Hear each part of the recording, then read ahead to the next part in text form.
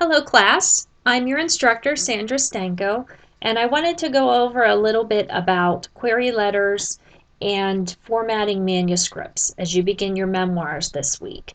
In past classes, I know some students have been confused a little bit about the formatting especially, so I thought it would be good just to address that verbally with a few examples and then answer any questions that you might have after going through the presentation.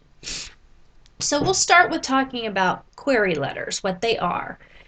A query letter is to your manuscript what a cover letter would be to your resume. And in that, it is pitching your manuscript to a potential publisher. So what it should do is talk about the manuscript, talk about the manuscript and yourself in the best way possible, in the most concise way possible. So your writer's market gives some good examples of good and bad query letters beginning on page 19. And I also posted some resources for you to use under week 2.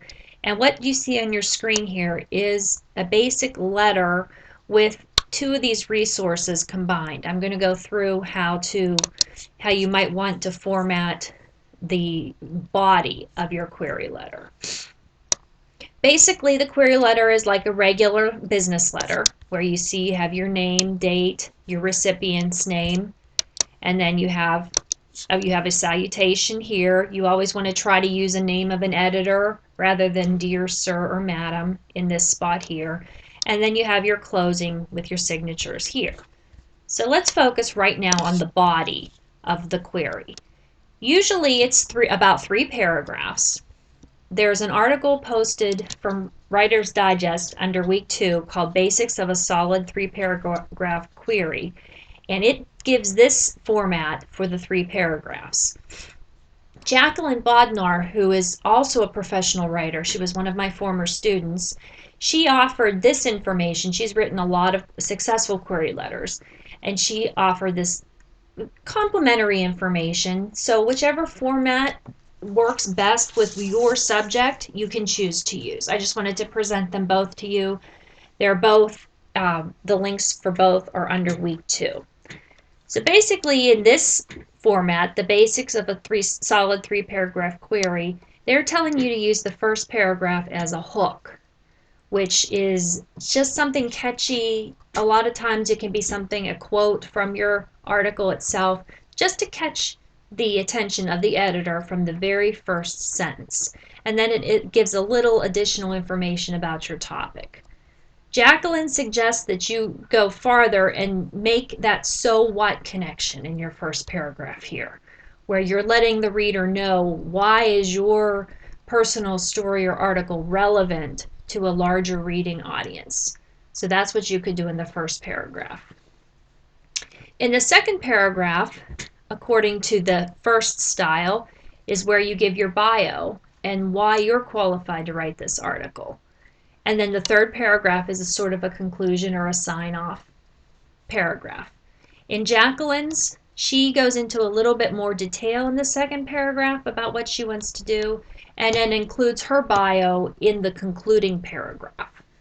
So these are just 2 examples of ways you might want to think about formatting your query letters.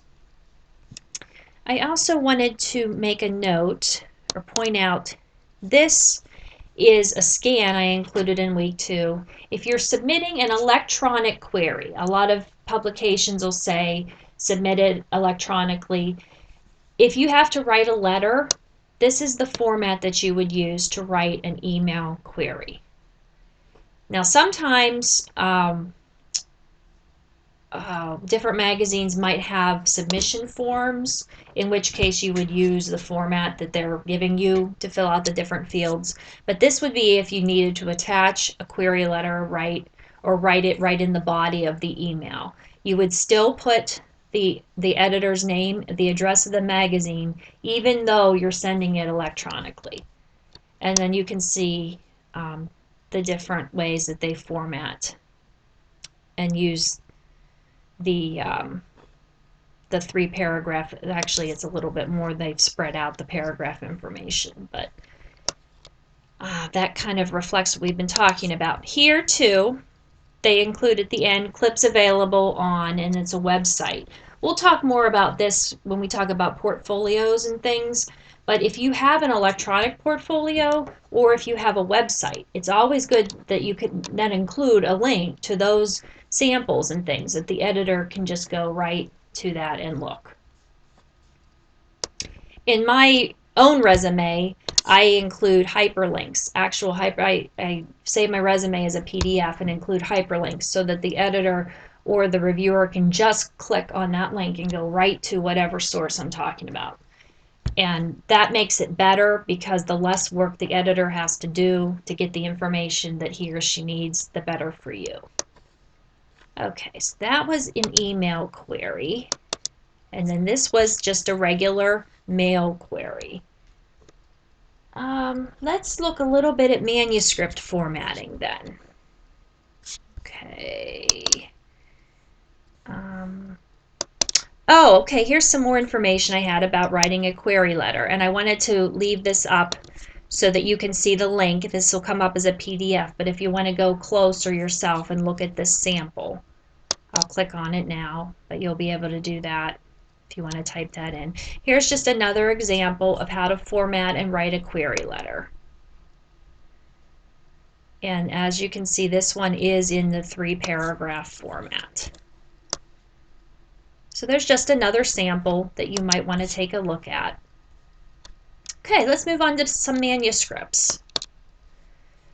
When you're writing a manuscript for a publisher and you're sending it either with the query letter, or if it's a lot of publishers don't want what they call unsolicited manuscripts, which means that you just send the query and then they will ask you, okay, please send along your manuscript. In either case, if you're sending it with the query letter or you're sending it in response to an editor's interest, you want to make sure that it's formatted. And if you take a look at page 13 of Writer's Market, this gives a manuscript formatting sample. This is how I would like you to format your memoirs this week and then any other magazine articles that you write throughout the course. What you see on the screen sort of represents what is in Writer's Market. A couple features that you want to pay attention to.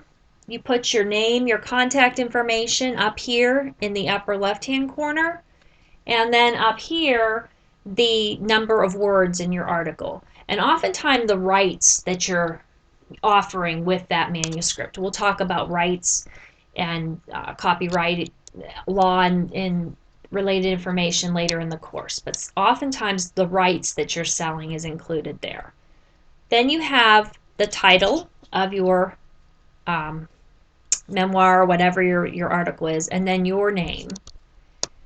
Then be sure to double space all of the lines, and as this manuscript indicates, include or indent 5 spaces for each new paragraph.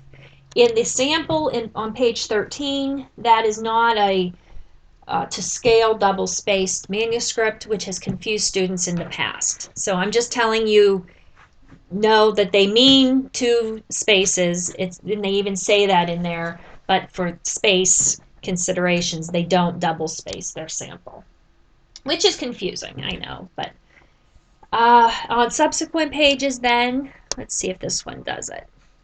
Yeah, they put what's called a slug line that has usually a title of the story, your name, and then the page number. I think in Writer's Market they just say put your name dash the page number. If you want to include this slug line to represent the title, that's fine too. So these are just some basic things to be sure to include when you're formatting your manuscript. I've gotten samples from students that come in single-spaced, sometimes not their names on it. I mean, you want this to be professional. You are at the top now of this degree, so you want to be putting on this professional, very professional appearance. And part of that is using the formatting that's the accepted standard. And Writer's Market does a very good job of telling you what that accepted formatting is. Okay, I think that's all I had to cover about query letters and formatting.